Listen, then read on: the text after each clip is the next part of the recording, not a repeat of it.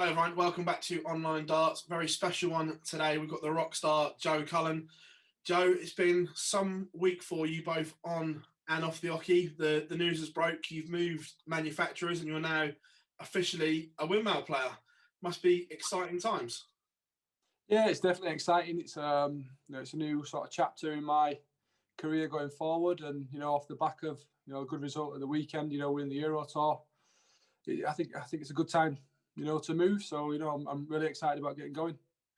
Obviously, you're with Unicron for a long, long time. So that must have been a difficult decision to all of a sudden move manufacturers. Yeah, it was more personal as well. We left on good terms. Everyone at Unicron, they've kind of done enough for me over the years, so I'm nothing but gratitude for them. But I just felt it was, time to, try something new and, venture out. And, I spoke to the guys at Winmau and, they liked what I was about and, vice versa. So, it made sense perfectly. Obviously, your success that we're seeing at the moment, but a lot of younger dart fans probably won't know that you've been around a long time. I go back to New Kids on the Hockey was when you probably first broke onto the scene, obviously with Aaron and Mike Smith and that. And there hasn't been an awful lot of change in your equipment over the years, has there? So can we see something completely new coming up? Well, no, I think I used two separate barrels the whole time I was with the Unicron. Can't speak. So yeah, the shape is a little bit similar, but there's a few personal things in there that I felt that I needed, and I spoke with Lee down at Winmau, and he couldn't do enough for me. We went through a couple of different setups, and he just said, be honest, if you don't like it, say you don't like it, and we'll get to the actual product at the end quicker. So that's what I did, and I said, I like this, I don't like this, and we got there quicker than I anticipated, to be honest. So yeah, I'm really pleased with the setup that Lee's made for me. Yeah. How many prototypes were there? I think there was about 5, maybe. Yeah, 5. But I think the first couple, Lee went off how I hold the dart. I had no input. He just said, I said to him, make a couple of things, just as an idea, just like a fresh set of eyes in it, so to speak. So he made a couple of things, and some of the things I liked, some I didn't, but he was more than understanding, like saying he couldn't do it for me. Having Lee there, does that fill you with confidence? Some of the things that he's done with darts recently, obviously he made Peter Wright's World Championship darts off of his recommendation. He's remodeled Merv King's as well, and he's done a lot. He's almost like the go-to man within the sport for ideas and stuff like that. So did that fill you with confidence? Yeah, well, I'd heard a lot about him, but I never actually met him, because there's plenty of PDC players with Winmau and Red Dragon. But yeah, I'd never met him, and the first time I spoke to him, I felt at ease. He seemed like a decent fella, straight away. So, and the more I've got to know him, the more I've learned that that's right. And like I say, he really has catered for everything that I've asked for him. He wasn't offended, if I didn't like any of his ideas. He said, just tell me you don't like it, and that's what I did. And like I say, we got there quicker than I anticipated, definitely. As well as the darts, I'm guessing we're going to have a completely new model of the Rockstar, a new shirt. Are we keeping the red theme? Yeah, red will always stick with me. Obviously been a big United fan, that'll stick with me. But maybe we'll have a couple of different colours as well. Again, Winmau have had a bit of input on my shirt, and obviously my management team Modus have as well. And we got there pretty quick as well. It was it's been a pretty seamless process so far. Touch wood. As well, looking at everything, obviously you've been practicing with the new darts for a while. Has that been difficult practicing with a set and playing with a different set? Has that kind of been tough? Well, you would think so, but I won the Euro Tour at the weekend, so it can't have been that tough. No, what I've done is I've tried to stick with what I'm using what I was using at the minute, and then sort of the end of practice session, 20 minutes, half an hour here and there, with the new ones. And it seemed to have worked for me, but you can do everything in practice with the new darts, and you won't actually know until the pressure of a real live match situation. So I'm looking forward to getting going at the winter series with the new equipment and the new setup, and I can't wait to get going. MVG obviously changed darts at the beginning of the year, and a lot's been made of his switch back because in his head Old Faithfuls were always better. Is that a concern for you that if it don't go the way you want it to early on, that you'll be like, can I go back? No, it's just a natural process. You don't expect to be, hitting, mega averages and winning everything in sight. With a new setup, it's a process. I don't expect, massive things to start with, but it gives myself a little bit of time, with the Grand Slam and the Players Championships, and hopefully I'll be ready for the Worlds. Speaking of the Grand Slam, the win at the weekend, that was the first thing that came out of your mouth. I'm finally in the Grand Slam. I know this has been one of your bugbears over the years, so to finally get there, relief or just over the moon? Not more annoyance, to be honest. I think I've warranted a place, the last couple of years, but the way the criteria is, it's difficult. The PDC get 99.9% of things right. I think the criteria is wrong, but I'm in it this year. Well, hopefully I am. I think I need something like Japan v Singapore in the World Final, 2 new finalists here and there. But the way my luck is in the Grand Slam, I wouldn't be surprised at all. Obviously, winning your second Euro Tour, great achievement. Is this, obviously, when you won your first one, there was a lot of hype and excitement that Joe Cullen had finally broken into the scene because, like I said earlier, your name's been spoken about as a major winner for so many years, and it didn't quite happen after that. What did you learn? Oh, he's back again. Johnny Clayton ringing me.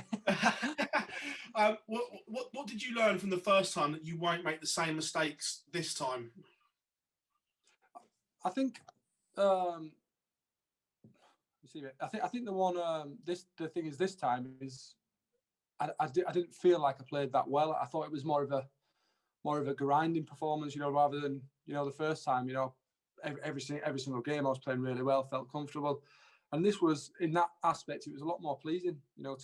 To feel like I can grind the results out. And looking back on it now, a couple of days after, I wasn't really pushed that much at all. I think there was a Ross Smith game, which I've said in interviews, where I felt the 106 had to go in the last leg, but apart from that, I wasn't really pushed at all. And that's a good sign. If I feel like I'm not playing great and still managing to win a tournament, it's a great feeling. Back into the top 16 now as well. How do you stay there? Because obviously you got there before, then slipped out, and you were battling in and out, in and around. How do you make sure you don't stay there? Yeah, well, I think that was taken out of my hands a little bit, with the old, the pandemic that's going on. Yeah. At the minute, 2 years ago, I had my best PDC year, and I'm obviously defending it this year. So there's no tournaments to defend them at, over that 4, 5, 6 months, whatever it was, over that period. So it's been taken out of my hands a little bit. I think if we'd have had the tournaments and the year would have run as we expected, I think I would have, maintained my top 16 spot and, maybe moved up. But everyone's in the same boat, so I can't really moan that much because it affects everyone. So, I think obviously I've got Grand Slam money to go on, and the world has absolutely killed me over the years. So I'm hoping and praying that they move it to Coventry. I might have a chance then. Does that give you some confidence, though, that knowing that you're in the top 16 in the world without ever performing on the biggest tournament, money-wise as well, that you've never had a run there? So does that give you confidence that one good run, that you can then go from top 16 to top 10? Yeah, that's definitely it. I look at the players above me and, a couple below me as well, and you look at the prize money that they've won, and a lot of it is, I think some of them, I think I won some the other day that was like 60% of the money was purely world's money, maybe even more. I won't mention any names, and I'm thinking, well, I've got first round money on that from nothing. So if I can add some world's money to that, I think winning 2 games is like 35,000, which is a runner up in some of the other tournaments. So if you can get to the quarters and beyond there, that's where your money really starts rocketing up, and that's what people like Nathan Aspinall's done, and is really built on it, and is making a solid career for himself. So it's definitely where my aim is this year. I remember when we spoke to you when you won your first Euro Tour, and you spoke about the Premier League. We then spoke to you about 6 months afterwards, and you openly said that your mind got sidetracked by pursuing that dream of trying to be in the Premier League once you'd won your first European Tour. I'm guessing you're not going to make that mistake again, and just, if it comes, it comes this time. Yeah, I think it was 2 years ago more, to be honest. I obviously did well at the match play, did well at the Euros. Got to the semis there, and I just thought, big kick towards the end of the year, and I can't sort of be ignored. I must be in, the talk for it, and maybe subconsciously I put a lot of pressure on myself and things like that, but it's difficult not to. The Premier League's where everyone wants to be. But I think I've matured a lot over the last couple of years, and just let the process, do what the process does. Don't put any pressure on yourself. It will come eventually, whether it be this year, 2 years, 3 years, it will come eventually. So I've just got to be patient. This healthy little rivalry you've got with your best mate Devon as well. He won a tournament, and you're like, hang on a minute, I'm not having this. Then you go and win one. Is this a nice little bit of banter and rivalry you've got with him now about the winning circle? Yeah, well, Devon's been talking about it for years with me. He's saying, "Oh, we can do this, we can do that." And Devon's the one who's really, really upped his game this year. He's the most improved player by an absolute country mile this year, and he's backs it up with a win. So I spoke to him. I said, it's all right doing all these good things. I said, you need to back it up with a win. And he's like, I know. But I think he messed one of the Pro Tours up. He should have won one of those. It's just a testament to his character. Afterwards, that a couple of weeks later, he went and won the Euro Tour, which is obviously better money, and he's got himself in the Grand Slam. Me and Devon get on great, so it's always great. And as soon as I've not actually seen him since the Euro Tour yet, but I'm sure he'll be full of congratulations. You openly admitted as well that you're one that struggles for motivation to get on that practice board and practice. The fact that we've got this run of tournaments, Coventry, and then the Worlds, wherever it is, does that help you out because you haven't got to practice because you're playing competitive match starts all the time? Do you think that stands you in a better stead? Yeah, maybe, but I've actually sort of sat down and had a word with myself, saying, it's the darts at the minute is absolute crazy money. You can change your life, and you can change your family's life from it. And you know what I mean? There's people who go to work and they do jobs that they don't want to do. When you look back at it, from an outsider looking at it, I'm very fortunate to do what I do and earn the money that we do. So I've given myself a kick up the backside. So hopefully I'll stick to that as long as I can, and hopefully push on. With that kick up the backside, and obviously we've seen you do some great things. Do you think that you can win one of these big TV titles between now and the end of 2020? Yeah, honestly, 100% I do. I felt like I could win the Grand Prix.